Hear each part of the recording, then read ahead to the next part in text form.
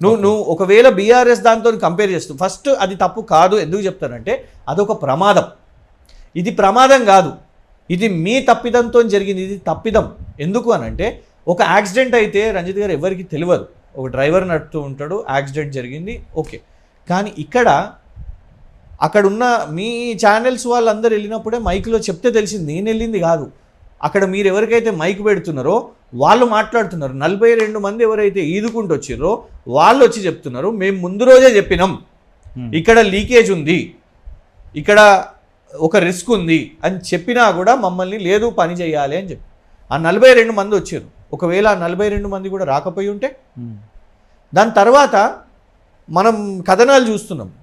వాళ్ళు ఏమని అంటున్నారు అంటే ఇప్పుడు కూడా ఈ శిథిలాలను జరిపితే రిస్క్ ఉంది, మళ్ళా కూలిపోయే ప్రమాదం ఉంది అని అంటున్నారు కదా. అంటే చేసే పని వాళ్ళకు కూడా రిస్క్ అన్నట్టే కదా. ఇప్పుడు కూడా అట్లాంటి రిస్కీ ప్రాజెక్ట్ని మీరు తీసుకున్నారు కదా. అండ్ ఇంకోటి, మీరు ఎంతసేపు కేసీఆర్ గారిని బద్నాం చేశారు, కానీ ఒక ముందు చూపుతోని 2016 నుంచి పవర్ పాయింట్ నుంచి మొదలు పెట్టుకుంటే బహిరంగ సభల్లో అసెంబ్లీ వేదికన కేసీఆర్ గారు ఇదే విషయాన్ని ముందు చెప్పిరా లేదా, ఇది జరుగుతుంది, మీరు మొదలుపెట్టిన ఎస్ఎల్బీసీ టనల్ ఒక బుదిబండగా మారింది, వెనుకకు వచ్చేటట్లేదు, ముందుకు పోయేటట్లేదు, ఇక ఏదో ఒకటి ప్రయత్నం చేస్తూనే ఉండాలని ఒక ప్రయత్నం అయితే ఎఫర్ట్ చేసిరు. ఎందుకు అసలు ఇంట్లో వీళ్ళ వాదన చూడండి, కేసీఆర్ గారు చేయలేదు అని వీళ్ళే అంటారు. నంబర్ 1, 20 కిలోమీటర్లు వాళ్ళ హయాంలో అయింది. ఇప్పుడు మన న్యూస్లో అందరము ఏం చూస్తున్నాము, ఈ జరిగిన సంఘటన ఇక్కడ టనల్ చివరన జరిగింది అని అంటున్నారు కదా.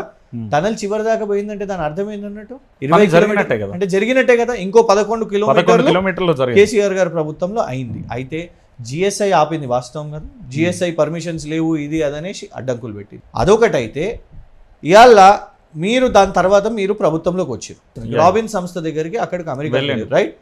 ఇలా వీళ్ళు ఏమంటారంటే కేసీఆర్ గారు రిపేర్స్ చేపియలేదు కాబట్టి ఇది అయింది అని.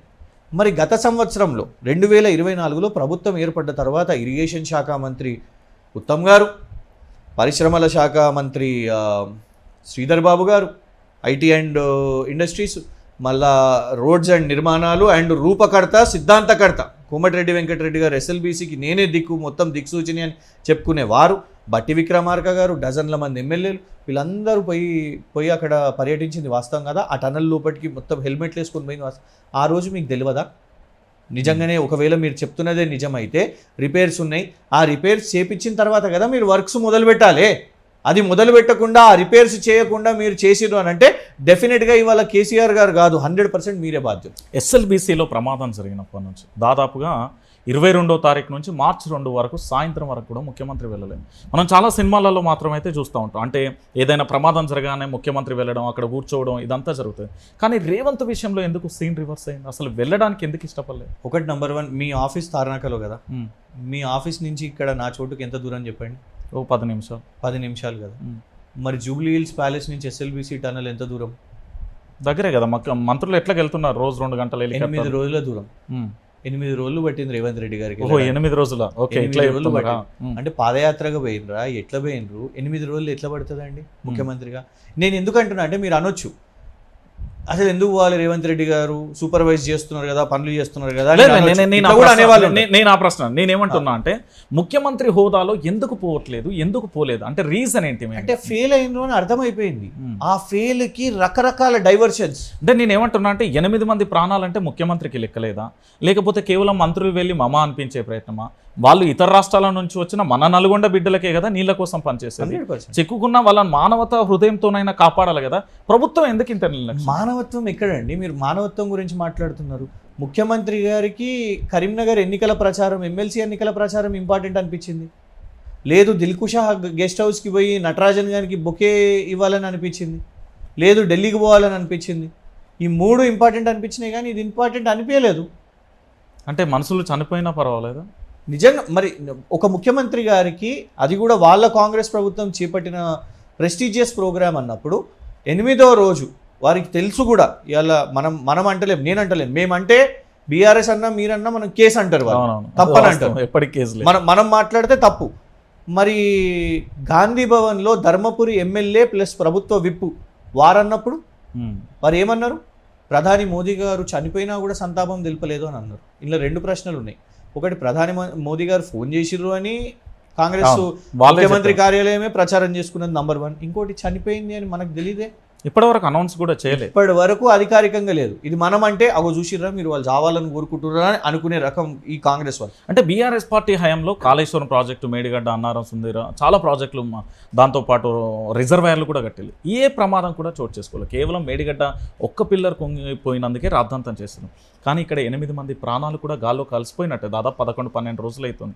ఇప్పటికి అధికారికంగా రాకపోయినప్పటికీ కూడా వాళ్ళ ఆచూకీ దొరకలేదు. ఎందుకు అప్పటికి ఇప్పటికి డిఫరెన్స్ ఏంటి? అంటే రంజిత్ గారు ఒకటి, అప్పుడు ప్రాజెక్టులను కూడా రాజకీయాలు చేయాలనే ప్రయత్నం చేశారు. ఏది అది కాకముందే అల్టిమేట్గా ప్రాజెక్ట్ ఎందుకు జరుగుతుందండి? ఎందుకు కేసీఆర్ గారు సీరియస్గా తీసుకొని దేవేంద్ర ఫడ్నవీస్ గారితోని, దేశంలో ఉన్న ప్రభుత్వాలతోని మొత్తం పదే కాళేశ్వరం అని ఎందుకు చేసిరు చెప్పండి? ఇలా కేసీఆర్ గారు పవర్లో లేరు కదా. కానీ ఇవాళ హైదరాబాద్కి తాగునీరు కావాలి అని అంటే మనం ఎక్కడి నుంచి మాట్లాడుతున్నాం చెప్పండి? కాళేశ్వరం సంబంధించిన అదే దాంట్లోకి వెళ్ళి బరాజ్లకి వెళ్ళి వాళ్ళ కొండపోచమ్మ సాగరో లేకుంటే రంగనాయక సాగరో ఎట్లా మనం హైదరాబాద్ నుంచి తరలించుకోవాలి, హైదరాబాద్కి రావాలి నీళ్లు అని వాళ్ళ దాంట్లోకి వెళ్ళే మనం మాట్లాడుతున్నాం.